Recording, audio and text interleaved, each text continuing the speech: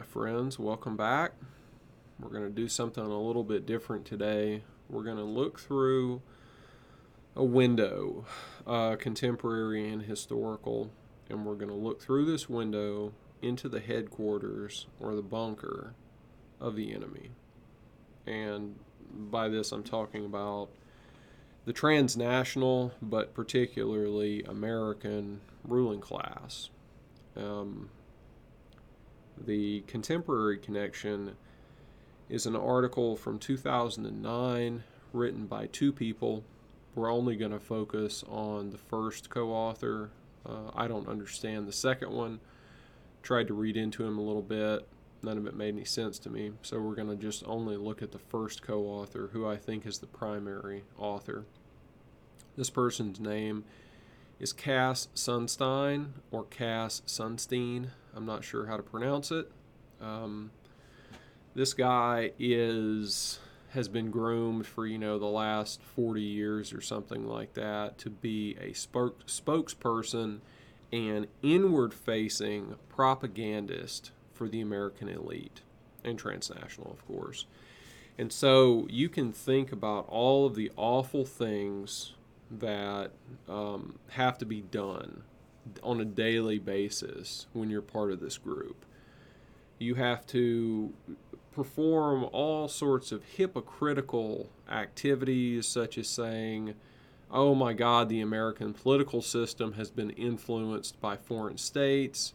You don't mention the primary foreign state located in the Middle East that has an effect on U.S. foreign policy. And then you also ignore all of the activities that America does abroad daily, weekly, for how many years now? 70 years minimum, more like 110 years, influencing illegally and improperly and in an undemocratic fashion the politics of foreign countries. And so what this does is it would naturally create cognitive dissonance and anxiety and tension within the people who have to carry this out. You probably require something like 200,000 people, let's just say, in America who have to carry out these actions. Not the policeman on the ground level who has to enforce it, but the higher level bureaucrats, state officials, members of the two main political parties, the people who run the foundations, all those type of folks. So you got 200,000 people. And it would probably be difficult to find 200 people who are not it would be difficult to find 200 publicly presentable sociopaths to fill all these seats. And certainly they do have people who are just covered with the blood of children, from their eyeballs down to their toes, but they have to keep those people in the back room, and they have to find fairly presentable people to put forward so that the public can see and deal with. Some of those people have a conscience. Some of those people, when they go home at night, they think about the things that they do and they wonder, is this right? And they have problems. They have psychological issues. So you need propagandists to reinforce the system. You got to have people to propagandize these 200,000 people and give them the reassurance they need that what they're doing is right. And so this function has been around for a long time. I don't know when it starts, but ultimately I don't know when it really comes from. But in modern terms, it comes out of two guys from the early 20th century. The first one is Walter Lippmann. The second one is Edward Bernays. Edward Bernays is well known as the father of both marketing and propaganda, basically, because they're sort of the same thing. And Walter Lippmann is sort of a sheep herding public intellectual. So Walter Lippmann was writing not for the common person, but for the intellectual in America. Now, he studied under, I think, George Santayana, I think is how you pronounce it, and at Harvard, I believe, and what George Santayana believed in, along with Vilfredo Pareto, whom we like, was that there are racial differences natural, biologically occurring in the world, and there are also natural, biological differences within races. So hierarchy upon hierarchy, natural to the world, can't get rid of it. So amongst nations there are differences, and within nations there are differences. And so this leads you to the conclusion that you're going to get a natural elite to lead each country, and then you're going to get a nation to lead the world. For instance, if there is going to be if there's going to be conflict, then somebody's going to rise to the top. And so this kind of thinking is really not necessarily wrong. It's not untruthful, and it doesn't necessarily lead to the world domination of lesser people and lesser beings by some sort of exploitative elite. It doesn't necessarily lead to that. But you can see how people who are into that kind of thing might enjoy these ideas. And so these ideas get picked up by people like Walter Lippmann, who then spend the next 40 or 50 years as apologists for the Western liberal democratic, at that time mostly Atlanticist world power. And what they do is they tell their own people, look, there's differences between nations, and there's differences within nations, and all of you guys are a part of the elite, and therefore whatever you do is correct. And he sort of is an apologist for democratic totalitarianism and propagandizing the public. So I think you can kind of see where we're going, is that somebody like Walter Lippmann would be writing works that tell the government that it can lie to its population if the government, the people in the government, believe that they're doing it for a quote-unquote good reason. But it's a short step from that to creating an international criminal conspiracy of, let's say, bankers and prominent political persons, both in London, New York, Washington, who then just kind of run off with it. They go crazy, and they start basically lying to everyone all the time who's not a member of their private clique. And I think that's kind of the story of the 20th century in a nutshell, starting with, hard to put a date on it, but if you look at from 1913 forward, with the Jekyll Island meeting and the campaign behind Woodrow Wilson, you've got enough evidence there for conspiracy that you've already got more than you could ever want.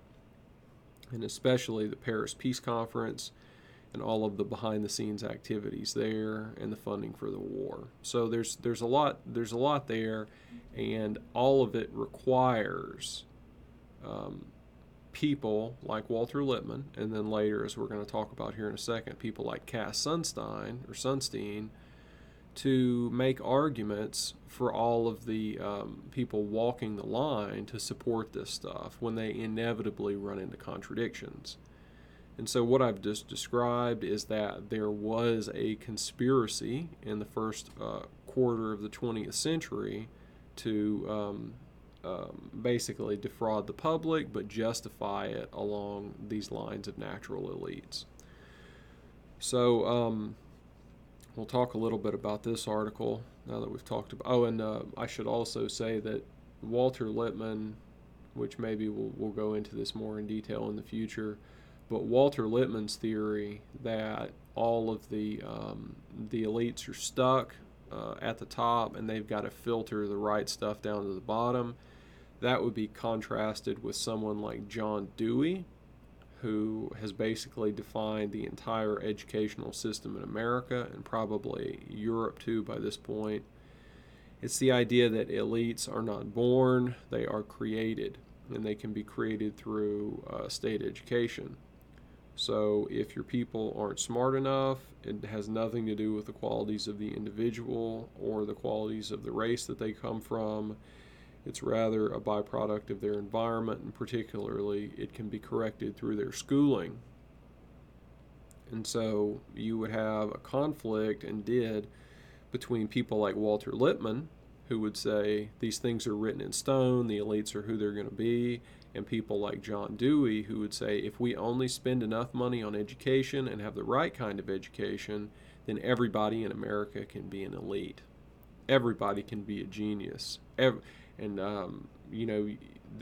no accident that John Dewey was agreed to head the committee to defend Leon Trotsky, infamously, I'd say, because Matt Johnson has been using these quotes from Leon Trotsky where he said, when socialism is victorious, we will have a Goethe, a Shakespeare on every corner, right? So socialism, communism, Marxism, when it succeeds, it will release all of this energy and everyone will be a genius, okay?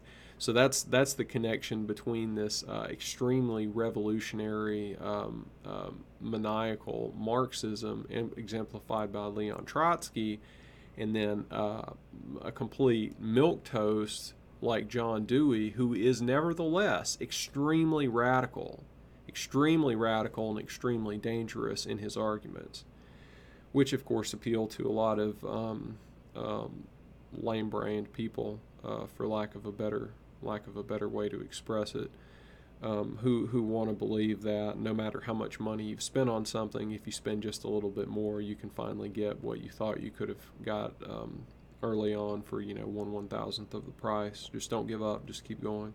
It's a religious thing. Secular religion, but religion nonetheless. So that's the conflict in the earlier part of the 20th century. John Dewey on one side saying we need to raise everybody up to where we're all peer elites, and then Walter Lippmann on the other side saying, look, the elite stuff is written in stone, and you just have to lie to the proles because they're not going to get it anyway. So just tell them whatever you need to tell them, and justify it with regards to that. So what Cass Sunstein is saying here is that, the paper's called Conspiracy Theories, Causes and Cures. It's from 2009, so it's 10 years old by this point. It's a bit dated. In other ways, it looks like it could have been written yesterday. The problem, as he defines, I got a few notes here I wrote down, but I haven't gone through the whole paper yet, unfortunately.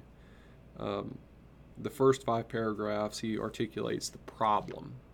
And this is the problem for the American elite, the ruling class, the transnational people. Their problem is that you and I and another 20% of the Western public believe that the 9/11 attack was not done by Arabs with box cutters because of radical Islam and bin Laden and American bases in Saudi Arabia, or whatever the official story is. Don't believe it, and think that the American government and a certain other government may have had something to do with those attacks, or simply known that they were going to happen and didn't do anything to stop it in order to have a casus belli to launch wars of aggression in the Middle East and further the Oded Yanan plan. And that if you look closely, you'll find all sorts of connections to that all over the thing, along with a whole bunch of physical evidence that just doesn't match up. So that's the problem, ultimately. That's the problem for Cass Sunstein and the American ruling class, is that people don't believe 9/11, the mainstream 9/11 narrative. And I'd like to point out to you that Cass Sunstein was both a supporter of George Bush and Barack Obama. So you've got to ask yourself, how does that work, right? This George Bush, who by the end of his second term was extremely unpopular, Cass Sunstein supported him, and also the guy who was supposed to be the diametrical 180 replacement, in which most people recognized pretty quickly was more or less a continuation of those policies. So in paragraph 9, which is on page 205, he gives us a definition of conspiracy theory. Conspiracy theory, according to Sunstein, is an explanation of history That's what I'm paraphrasing here, of, quote, powerful people who attempt to conceal their role in something. So those are the two or three components of this here, is that it's an explanation for a historical event, something that either's happening now or happened in the past, whatever. An explanation that hinges on powerful people who are concealing their role in something. And I don't have an instinctive reaction, and maybe this is just biological. If you're watching me, you probably feel the same way I do. I don't have a gut reaction to seeing this as a stupid or low level way to look at the world. I have had enough experience doing research where there's a front group, for instance, and its only purpose is to hide its true purpose. If you look at the way that communism spread in Hollywood, California, and particularly on the West Coast in the 1920s, 30s, 40s, and 50s, it was always behind front groups because they never wanted to admit that they were actually Marxists. And the gay liberation movement, so-called, functioned in exactly the same way, in which many of them were former Marxists and communists. You can go look up Harry Hay, and he talks about all this. They picked up the idea of using front groups in order to advance their cause. And the idea is that by concealing your true identity, you make yourself more palatable. This is what foundations are. Nonprofit foundations are ways to influence public policy using large amounts of money and soft power. You fund things rather than forcing the elected representatives to do something.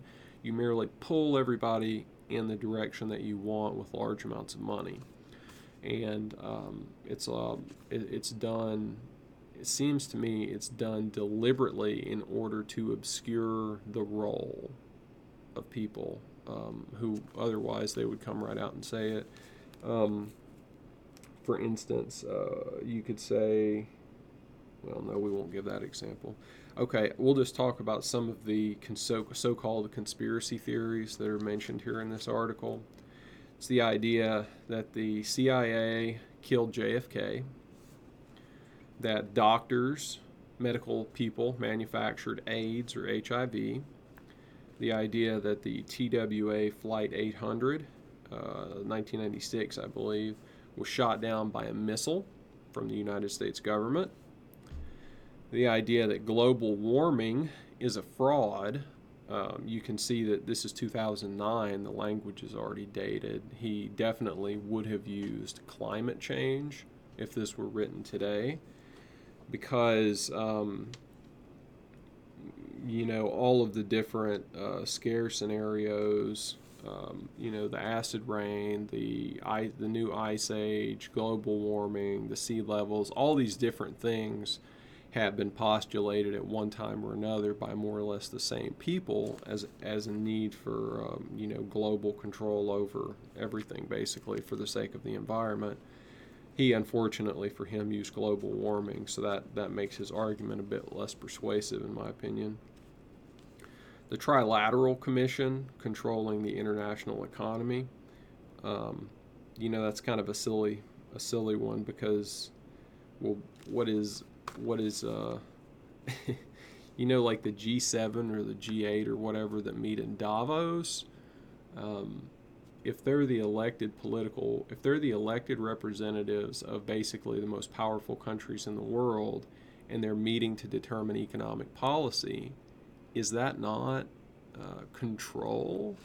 And if the Trilateral Commission is basically a 400-member version of the G7 or G8 that we'll say might meet behind closed doors and actually determine many of the policies that would later be expressed at a public meeting by the G7 or G8. So anyhow, this is just kind of a silly way to argue, I think.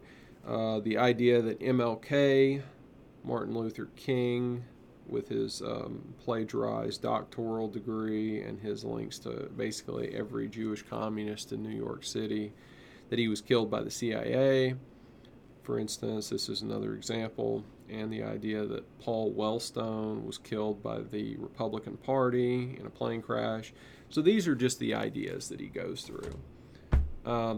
And this is supposed to appear ridiculous, but generally, these are things that would have been big in the news at the time, but I think the most important one, of course, would be the 9/11 one at the beginning of the article. There's a reason why he leads with that. That has really struck a chord in a way that many of these smaller things just would not do. So it's a problem, he says. All these things are problems, and in order to not belabor this article too much, we'll talk about the two main causes, okay? The two ways that these conspiracy theories come about, how they perpetuate, how they propagate themselves. One is he's got this idea of cascading effects. So if you hear something from one person, you don't really give it too much credence. If you hear it from 3, 4, 5, or 10 people, you give it more, and if it's all you hear, you believe it.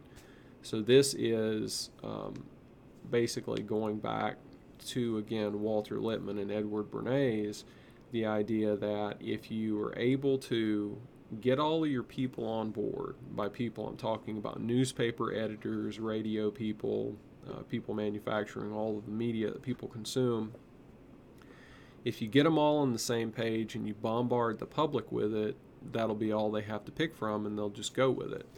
Well, Sunstein is reversing that and saying if people are overexposed to these conspiracy theories, then they're going to adopt them. So he's taking the same effect that's been known and talked about for 100 years or 90 years and reversing it and saying this is also how conspiracy theories would start.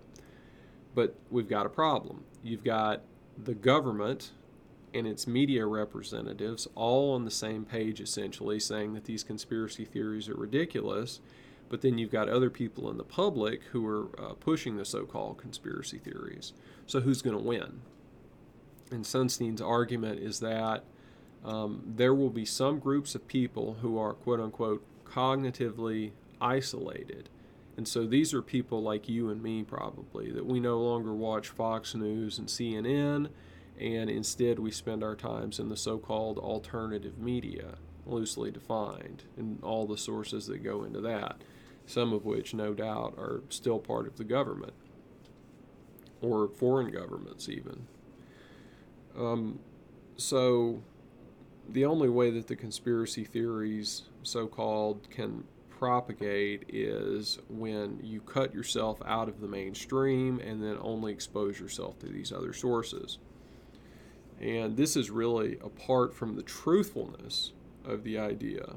The truthfulness of the conspiracy theory is not so much salient. It's really just about, is it the mainstream narrative or an alternative version? So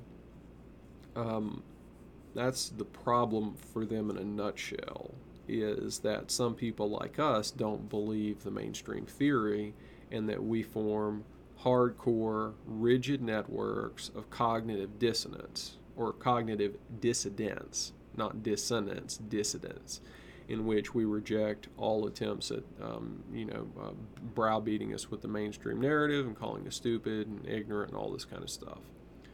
So he argues that there are essentially two solutions. The government can make a big PR effort to come out and say these conspiracy theories are garbage, but then he points out that this can backfire, or it can give too much exposure to conspiracy theories. And so if you think about the JFK assassination and the Warren Report, was an attempt to combat conspiracy theories about the death of JFK, and it ended up, I think, probably creating even more doubt. So the Warren Report was an enormous failure for the government trying to push the mainstream narrative. It was a huge failure. And so Sunstein and his friends, they understand this, and so they're kind of reticent to deal directly with these objections.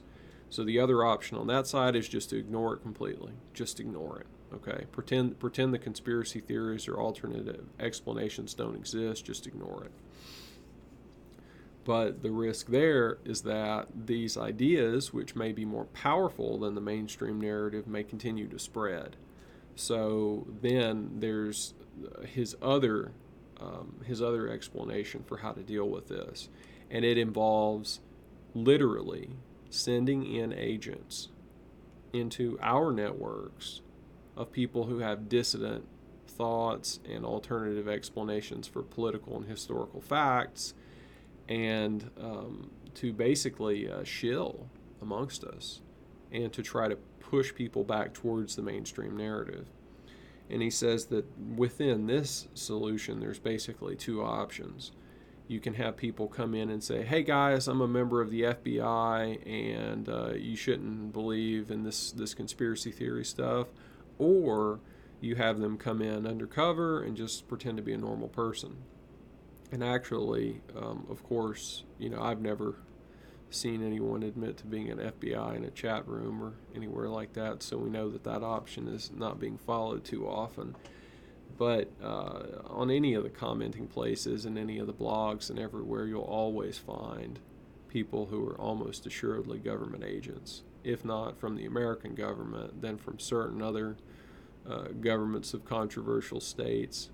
So it seems to me like this last suggestion, which is essentially where he ends the paper, is actually the policy that they've decided on.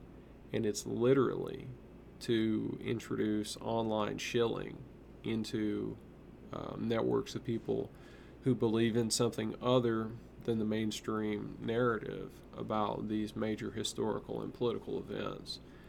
So this is the problem for them, that they don't have total cognitive monopoly on these important issues, and the solution is to send in agents to try to break it up. If they could, they would just ban these communications outright. I believe that. I believe that they absolutely would, but it would be too much of a black eye for them. So I think that's about all I have to say about this. I hope you found it interesting, and maybe at some time in the future we'll be able to get into some of these issues more deeply. But this is what I feel that we're looking at here. We've got the John Dewey system basically controlling all of the public education. That's the ruling philosophy there. But as far as how the government responds to issues and crises, it seems to be that we're still in the Walter Lippmann stage. And if you look up Cass Sunstein or Sunstein, he's really big into people like FDR and Woodrow Wilson. So it's the same ruling clique for 100 years. It's more or less the same explanations and justifications, but things have to change with the times. And that's what they're trying to tell their people. All right. Thank you for your time.